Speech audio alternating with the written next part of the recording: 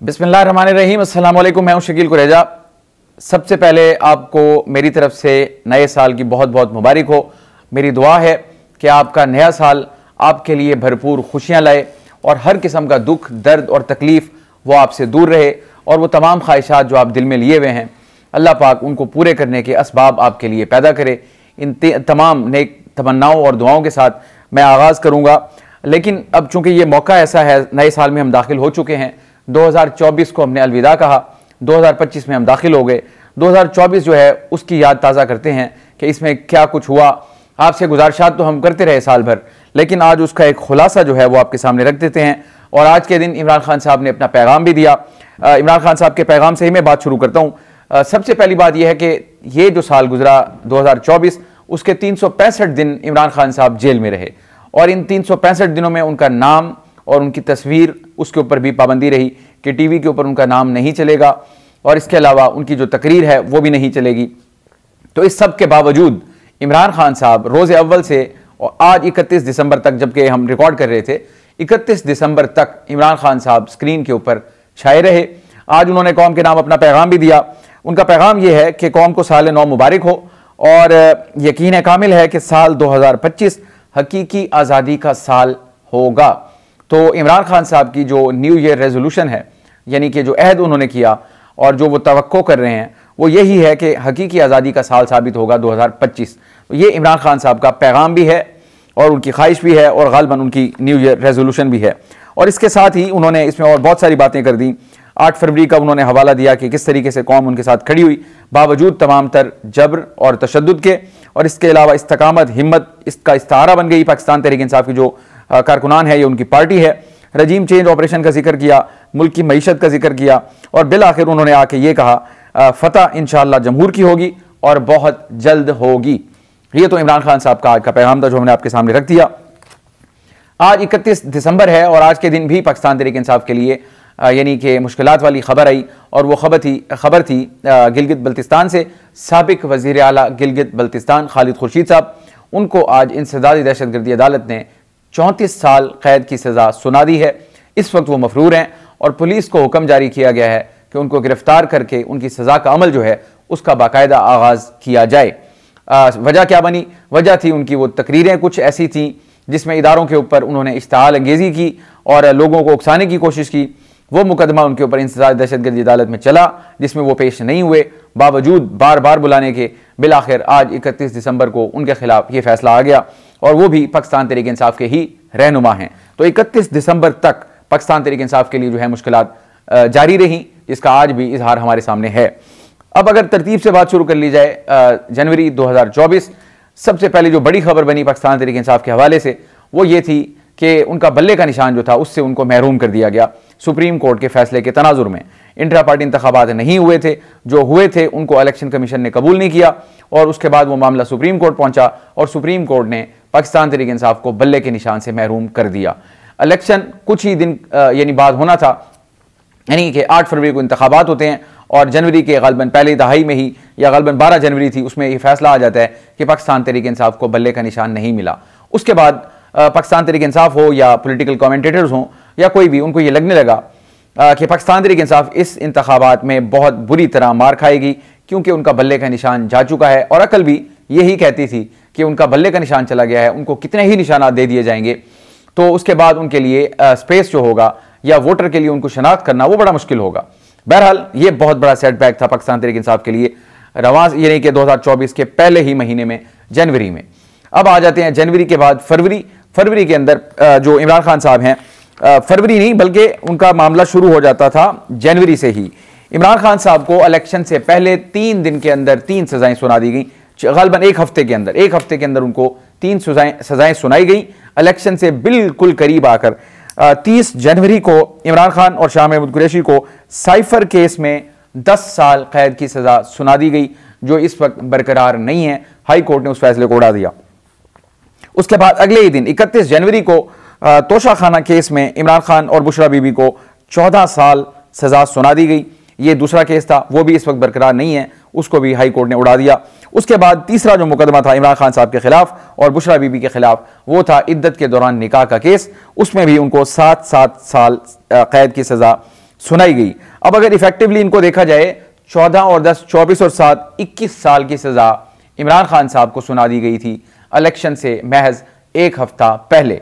फिर आ जाता है 8 फरवरी, और 8 फरवरी मैं उसको डे ऑफ जजमेंट कहता हूं, यानी कि पॉलिटिकल सिनेरियो में अगर उसको देखा जाए, क्योंकि अवाम का जो एहतसाब होता है वो इंतखाबात में होता है कि किसने क्या किया, या अवाम किसके साथ खड़ी है और किसके साथ नहीं खड़ी। तो इन तमाम तर मुश्किलात के बावजूद कि उनका लीडर जेल में है, उनकी पार्टी जो है या तो वो पाबंद सलासल है या वो मंजर से गायब है, इलेक्शन कैंपेन की उनको इजाज़त नहीं थी, उसके अलावा बल्ले का निशान वो उससे महरूम हो चुके थे।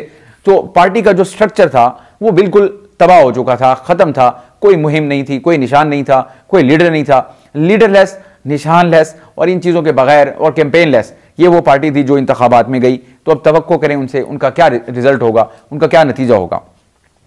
8 फरवरी आ जाता है, 2 सरप्राइजेज आए, एक 8 फरवरी को और एक 9 फरवरी को। 8 फरवरी को जो सरप्राइज आया, जो इब्तदाई खाका जो नताइज आने का सिलसिला शुरू हुआ, और जो यानी कि पहली पिक्चर जो सबके जहन में बनी, जो मुबस्सिरीन या सहाफ़ी या पॉलिटिकल पार्टी जो देख रही थी, तो मेरा ख्याल है वो इतना बड़ा सरप्राइज था कि उसने न सिर्फ पाकिस्तान तहरीक इंसाफ को सरप्राइज कर दिया, बल्कि जो मनसूबा साज थे उनको भी परेशान कर दिया। सरप्राइज शायद छोटा वर्ड होगा। फिर उसके बाद ब्रेकें लगी, रिजल्ट्स को ब्रेकें लगना शुरू हुई, और उसके बाद सूरत हाल जो बदलती रही। और 9 फरवरी को यानी कि 8 को इंतखाबात हुए, कौम ने सरप्राइज दिया मनसूबा साजों को भी और दीगर पॉलिटिकल पार्टीज को भी, और खुद तहरीक इंसाफ को भी, कि वो भी इतनी तवक्को नहीं कर रहे थे जो कि रिजल्ट आया। 9 फरवरी को फिर तहरीक इंसाफ को सरप्राइज मिला कि जो पहले दिन उन्होंने सरप्राइज दिया था उसका काउंटर सरप्राइज आ गया, नताइज जो है उनका रुख तब्दील होना शुरू हो गया और पिक्चर जो थी वो बदलना शुरू हो गई। और फिर यही हुआ कि सूरत हाल यकसर तब्दील हो गई। उसके बाद जो सूरत हाल बनी वो भी बड़ी दिलचस्प थी। अब ऐसी सूरत हाल बन गई कि उस इलेक्शन के नतीजे के मुताबिक कोई भी एक जमात इस पोजीशन में नहीं थी कि वो अपनी हुकूमत बना सकती, और उस वक्त पाकिस्तान तहरीक इंसाफ के पास बड़ा नादिर मौका था, वो इस पोजीशन में थे। सबसे बड़ी पार्लिमानी पार्टी बन के उभरी थी पाकिस्तान तहरीक इंसाफ, लेकिन चूंकि बल्ले के निशान से महरूम थी, उस वक्त तकनीकी चीज़ें थी बहुत सारी जो उनको दरपेश थी, उसकी वजह से शायद वो हुकूमत भी नहीं बना पाए। लेकिन उनका इरादा भी ऐसा नहीं था। इमरान खान साहब इस चीज़ का वाज़ेह इजहार कर चुके थे कि वो ना नून लीग से बात करेंगे, ना पीपल्स पार्टी से बात करेंगे, और ना ही MQM से बात करेंगे। अब ये हुकूमत साजी का अमल जो था उसका आगाज़ हो रहा था, या आगाज़ हो चुका था, क्योंकि गुफ्तगू हो रही थी कि किस तरह अलायंस बनेगा, कौन किसके साथ मिलकर हुकूमत बनाएगा। तो पाकिस्तान पीपल्स पार्टी की तरफ से तहरीक इंसाफ को बाकायदा ये दावत दी गई कि आएँ मिलकर हुकूमत बनाते हैं, क्योंकि कोई एक जमात इस पोजीशन में नहीं है कि वो अपनी हुकूमत बना सके। तो इत्तेहादी हुकूमत बनेगी। पाकिस्तान पीपल्स पार्टी की जो ऑफर थी इसको तहरीक इंसाफ की जानिब से ठुकरा दिया गया। जैसा कि मैंने अर्ज किया, इमरान खान साहब इन 3 जमातों से बात करने के भी रवादार नहीं थे, और वो मैं समझता हूं कि एक गोल्डन अपॉर्चुनिटी थी पाकिस्तान तहरीक इंसाफ के पास, जो उनसे मिस हो गई। और उसके बाद जो सूरत हाल रही, अब कमोबेश उसको 1 साल होने को है, तकरीबन इफेक्टिवली 10.5 माह हो चुके। उस दौरान पाकिस्तान तहरीक इंसाफ के साथ क्या हुआ और क्या हो रहा है, वो अभी खालिद खुर्शीद वाली खबर आपके सामने मैंने रखी। ना इमरान खान साहब रिहा हुए, ना इनके लीडरान रिहा हुए, ना इनकी पार्टी मंजर आम पे आई, यानी कि जो लोग मंजर से गायब थे वो भी सामने नहीं आए। तो मैं ज़ाती तौर पर ही समझता हूँ, बतौर सहाफ़ी भी, पाकिस्तान तहरीक इंसाफ से ये बहुत बड़ी गलती हुई थी, और मैं इसको पाकिस्तान तहरीक इंसाफ की साल 2024 की पॉलिटिकली सबसे बड़ी गलती कहता हूं, जिसका कि खमियाजा उनको भुगतना पड़ा और पड़ रहा है। आगे क्या पिक्चर बनेगी वो तो आने वाला वक्त बताएगा, लेकिन जो अवामिल हैं, जो सूरत हाल हमारे सामने है, पेश मंजर है, वो तो ये बता रहा है कि पाकिस्तान तहरीक इंसाफ के लिए बदस्तूर मुश्किलात जो हैं वो दस्तक दे रही हैं। लेकिन उसमें उनका कमाल ये है कि वो पीछे हटने की बजाय वो आगे बढ़ रहे हैं और वो डटे हुए हैं अपने मौक़िफ़ के ऊपर। और इसका हरगिज़ ये मतलब ये नहीं है कि उनको शिकस्त हो रही है। पाकिस्तान, मैंने शुरू में अर्ज की, इमरान खान साहब 365 दिन जेल में होने के बावजूद पर्दा स्क्रीन के ऊपर छाए रहे, बदस्तूर छाए हुए हैं, और महसूस यही हो रहा है कि वो 2025 में भी छाए रहेंगे। उसके ऊपर मैं बाद में आता हूं। तो ये जो गोल्डन अपॉर्चुनिटी थी, अगर पाकिस्तान तहरीक इंसाफ, मैं उसको गोल्डन अपॉर्चुनिटी क्यों कह रहा हूं, वो इस वजह से कह रहा हूं कि अगर पाकिस्तान तहरीक इंसाफ हुकूमत बना लेती तो आज जो मुज़ाकरात हैं, जो उसमें शर्तें हैं, इन चीज़ों की उनको ज़रूरत नहीं रहनी थी। अगर उनकी अपनी हुकूमत होती, उनके पार्टी के जो लोग मंजर आम से गायब हैं वो मंजर आम पे होते, फिर उनकी अपनी हुकूमत होती, जो ये मुकदमात हैं ये ना बनते, ये एहतजाज उनको ना करने पड़ते, उनके लीडर जो हैं वो रिहा हो सकते थे और मामलात को वो बेहतर अंदाज में चला सकते थे। मैं गलती इसको क्यों कह रहा हूं, मैं दोबारा उसकी दलील दे देता हूं। इमरान खान साहब का मौक़िफ़ था कि ये 3 जमातें हैं जिनसे बात नहीं होगी। आज अगर आप कमेटी को देखें जिसके साथ पाकिस्तान तहरीक इंसाफ मुज़ाकरात कर रही है और जिसकी इजाज़त खुद इमरान खान साहब ने दी है, उस कमेटी के अंदर इन तीनों पार्टीज़ के रहनुमा मौजूद हैं। पीपल्स पार्टी की नुमाइंदगी है, नून लीग की है और MQM की भी नुमाइंदगी वहां पर शामिल है। तो बिलाखिर 10 माह या 10.5 माह के अरसे के बाद इमरान खान साहब को उन्हीं 3 जमातों के साथ बात करनी पड़ रही है। तो इसका मतलब यह हुआ कि वो जो उसूली मौक़िफ़ था या तो वो तब्दील हुआ है या फिर उनको रियलाइजेशन हुई कि इसके बगैर काम नहीं हो सकता।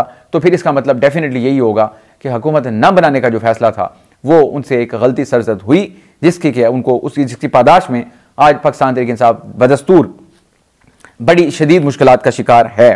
और इसके अलावा मरीम नवाज साहिबा पंजाब की पहली वज़ीर आला बनी, खातून वज़ीर आला। तो पाकिस्तान की तारीख में पहली मरतबा पंजाब की खातून वज़ीर आला बनी, तो ये भी इस साल की एक बड़ी खबर थी। और इसके अलावा मखसूस नशिस्तों का फैसला, मखसूस नशिस्तें तहरीक इंसाफ आ गई पार्लिमान के अंदर, लेकिन वो पार्लिमानी पार्टी नहीं थी। अब पार्लिमानी पार्टी बनने के लिए उनको यानी कि ये मसला हल करना था, ये जो मखसूस नशिस्तों का हो, यानी ये हल होगा तो ही उनको मखसूस नशिस्तें मिलेंगी। सुप्रीम कोर्ट की जानिब से इलेक्शन कमीशन ने तो इनको महरूम कर दिया था, वो मामला सुप्रीम कोर्ट पहुंचा और सुप्रीम कोर्ट ने फैसला दिया कि पाकिस्तान तहरीक इंसाफ मखसूस नशिस्तों की हकदार है और ये उनको दी जाएं। लेकिन ये सितम ज़रीफ़ी है, जैसा कि मैंने अर्ज़ किया कि उनकी तकालीफ, उनकी मुश्किलात सियासी जो हैं वो जारी रहीं। इस एक खबर से आप अंदाज़ा लगा लें कि जब ये फैसला आ जाता है कि सुप्रीम कोर्ट का यह हुक्म है कि इलेक्शन कमीशन मखसूस नशिस्तें पाकिस्तान तहरीक इंसाफ को अवॉर्ड करे, लेकिन उस फैसले तक बदस्तूर उस फैसले पर अभी तक अमल दरामद नहीं हुआ और आगे भी उसका होने का इम्कान बज़ाहिर कम ही नजर आता है। तो ये एक और सेटबैक था पाकिस्तान तहरीक इंसाफ के लिए। तो इमरान खान साहब और उनकी जो सजाएं थी तो वो मामला तो चलता रहा। फिर अगर इस साल को कहा जाए एहतजाज का साल था तो इसमें कोई शुबा नहीं होगा, पूरा साल ही एहतजाज रहे। उसका जो आखिरी एपिसोड था वो हमने देखा 24 नवंबर की कॉल, जिसको कि फाइनल कॉल कहा गया पाकिस्तान तहरीक इंसाफ की जानिब से। और फिर 26 नवंबर को जो कुछ हुआ उसके ऊपर अब पाकिस्तान तहरीक इंसाफ जुडिशल कमीशन की तश्कील का मुतालबा कर रही है। तो ये एहतजाज से भरपूर साल था और उसमें लीड कर रही थी पाकिस्तान तहरीक इंसाफ। उसमें तहरीक तहफ़्फ़ुज़ आईन पाकिस्तान भी बनी, उधर से मौलाना फजल रहमान साहब उन्होंने भी एक तहरीक का ऐलान किया। दोनों इकट्ठी चली, दोनों का आगाज़ बलूचिस्तान से हुआ, अलग अलग चली। इस वक्त वो कहाँ पे हैं उनका कोई मालूम नहीं। बहरहाल तहरीकें उन्होंने ऐलान ज़रूर किया, जलसे भी किए, उसके बाद उनको स्पेस नहीं मिला, उनको इजाज़त नहीं मिली। जितना उनसे मुमकिन हुआ वो करते रहे। 26 नवंबर वाला एपिसोड जो था यहाँ पे आके उनका ये मामला मंतज हुआ, क्योंकि वहाँ पर जो सूरत हाल बन गई थी शायद इससे पहले किसी भी एहतजाज में नहीं बनी थी। इसके बाद फैज़ हमीद साहब, उनका जो मामला बना, ये बहुत सारी बातें गुफ्तगू-शनीद तो चलती रही। वो एक बहुत बड़ी डेवलपमेंट थी। उसमें एक क्लींजिंग ऑपरेशन हुआ, चाहे वो डियाला जेल के अंदर हो या वो तमाम अफसरान जो रिटायर हो चुके थे, जो इस मामलात में मुलविस रहे, उनसे पूछ कुछ हुई, फैज़ हमीद साहब से हुई। फिर जो फैज़ हमीद साहब से बातें मालूम पड़ी उसके बाद दायरा कार बढ़ता चला गया और अब जो लेटेस्ट आई थी कि फैज़ हमीद साहब पर फर्द जुर्म आयद कर दी गई है, उनके कोर्ट मार्शल की कार्रवाई तो चल ही रही है। पाकिस्तान की तारीख में पहला मौका था कि किसी साबिक DGISI का इस तरह कोर्ट मार्शल हो रहा हो, तो ये भी एक अनहोनी थी जो पाकिस्तान में हुई। इसके असरात बड़े दूररस होंगे। फिल वक्त तो एक जो रजीम है वो चल रहा है, चाहे वो मिलिट्री के अंदर हो, चाहे वो हुकूमत के अंदर हो, या इनका जो वेंचर कह लें, या जो अलाइंस है वो आप कह लें, इसको हाइब्रिड निज़ाम कह लें। लेकिन इसके असरात जो होंगे इस अमल के, वो मुस्तकबिल पर बड़ा यानी कि गहरा असर छोड़ेंगे। इसको भी देखेंगे कैसे होगा। तो फैज़ हमीद साहब वाले मामले का जो आखिरी आया, फर्द जुर्म जब आयद हुई, उसके बाद उसमें एक पैराग्राफ में यह भी कहा गया कि 9 मई जो है का मामला, उस हवाले से भी तफ्तीश जो है वो जारी है। यानी कि फैज़ हमीद साहब 9 मई के मामलात में मुलविस रहे, यानी ये इससे इंप्रेशन ये मिलता था। अब उससे लिंक करते हैं इमरान खान साहब को, क्योंकि वो बॉस थे, वो वज़ीर आज़म थे। तो बहरहाल फैज़ हमीद साहब वाली जो खबर थी वो भी इस साल की एक बहुत बड़ी खबर थी और वो तहरीक इंसाफ से जुड़ी हुई है, उससे अलग नहीं है। फिर नैब तरामीम केस, PDM 1 के दौर में हुकूमत जो थी उन्होंने नैब तरामीम कर दी, सुप्रीम कोर्ट पहुंची और सुप्रीम कोर्ट से फिर फैसला आया, कलअदम हो गई। फिर इंट्रा कोर्ट अपील हुई हुकूमत की जानिब से। उसके ऊपर जो फैसला आया आपको याद होगा, जिसमें इमरान खान साहब बज़रिया वीडियो लिंक उनकी पेशी भी हुई, उनकी पिक्चर एक लीक हुई थी, एक तो नहीं मुतादिद थी, तीन गालबन पिक्चर्स थी उनकी। तो उन्होंने इस्तदा की कि इन तरामीम को कलअदम करार दे दिया जाए।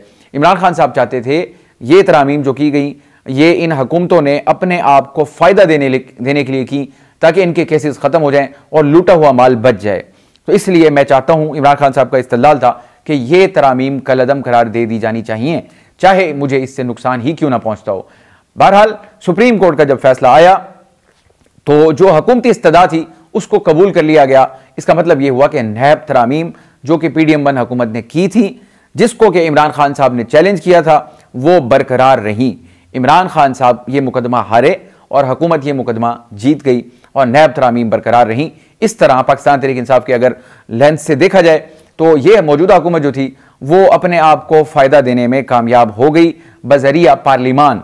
उन्होंने कानून साजी ऐसी कर दी कि जो उनके खिलाफ करप्शन के मुकदमात थे वो बहुत सारे उसमें से गैर मौसर हो गए और ये एहतसाब के अमल से बच गए। और इसके बाद एक और अहम मामला हुआ, वो सर्विसेज चीफ्स जो हैं उनकी मुद्दत मुलाजमत में तोसी कर दी गई और डेफिनेटली उसमें आर्मी चीफ भी हैं। ये एक जो मुद्दत है आर्मी चीफ की वो होती है 3 साल। अब इस हुकूमत ने कानून साजी करके उसको कर दिया 5 साल और तमाम सर्विसेज चीफ्स जो हैं उनकी मुद्दत भी 5 साल हो गई। और पाकिस्तान तहरीक इंसाफ को इसके ऊपर भी बड़ी ग्रीवेंसेज हैं, शिकायत भी हैं उनको, और वो इसको पसंदीदगी की निगाह से नहीं देख रहे, क्योंकि जो एक मामला बना हुआ है वो बड़ी पेचीदा पिक्चर है। आपको पता है एस्टैब्लिशमेंट हो तहरीक इंसाफ हो, इनकी जो मखासमत है वो कमी का तो कहीं इम्कान नजर नहीं आ रहा, वो बढ़ ही रही है। तो ये भी एक अहम मामला था। पाकिस्तान के अंदर SCO कॉन्फ्रेंस हुई, पाकिस्तान की बहुत बड़ी फतह थी। IMF का जो पैकेज था वो भी हो गया, ये भी पाकिस्तान की बहुत बड़ी फतह थी। अब आ जाते हैं जनवरी 1 दिन के बाद यानी कि 2 को पाकिस्तान तहरीक इंसाफ और हुकूमती कमेटी के दौरान मुज़ाकरात होने जा रहे हैं। ये उसका दूसरा दौर होगा और बाकायदा होगा। बाकायदा से मतलब पहला जो दौर था मुज़ाकरात का वो एक हंगामी इजलास था, इन कैमरा था, उसमें तो कोई ऐसा तय नहीं हो सका। अलबत्ता अब तहरीक इंसाफ अपना चार्टर ऑफ डिमांड जो है वो पेश करेगी। अब वो पेश करती भी है या नहीं करती क्योंकि इसके ऊपर अभी तक फैसला नहीं हुआ। अलबत्ता एक बात तयशुदा है, उनका ये मौक़िफ़ है कि वो 2 मुतालबात से पीछे नहीं हटेंगे, 9 मई और 26 नवंबर का जुडिशल कमीशन और उनके असीरान की रिहाई, और हुकूमत इन दोनों को मानने से इनकारी है। मुज़ाकरात का क्या नतीजा निकलेगा, 2025 में क्या इमरान खान साहब बाहर आ सकेंगे या नहीं आ सकेंगे, और हुकूमत के ऊपर आलमी दबाव बढ़ रहा है, चाहे वो बरतानिया हो, यूरोपीय यूनियन हो या अमेरिका हो। ट्रंप साहब आना है 20 जनवरी को, तो इमरान खान साहब वो तहरीक इंसाफ को उनको वहाँ से उम्मीदें भी हैं और वहाँ से आवाज़ें उठना शुरू हो गई हैं और बड़ी शद्द-ओ-मद के साथ उठ रही हैं। तो 2025 भी पॉलिटिकली हंगामा खेज होगा। किसके लिए क्या निकलेगा आपको साथ साथ आगाह करते रहेंगे। ये एक मुख्तसर खुलासा था 2024 का, जो बड़े इवेंट्स हुए पॉलिटिकली, तो ये वो सारी पिक्चर थी। दुआ गो है कि 2025 पाकिस्तान के लिए, पाकिस्तानियों के लिए खुशियों से भरपूर साल हो और तरक्की का साल हो और सियासी अदम इस्तेहकाम जो है वो कम हो और इसके बाद मुल्क आगे बढ़ सके। आज के लिए इतना ही। आप हमारी वीडियोस को लाइक कर सकते हैं, चैनल को जरूर सब्सक्राइब करें और अपना फीडबैक कमेंट के जरिए आप हमारे साथ शेयर कर सकते हैं। इजाज़त दीजिए, अल्लाह हाफिज़।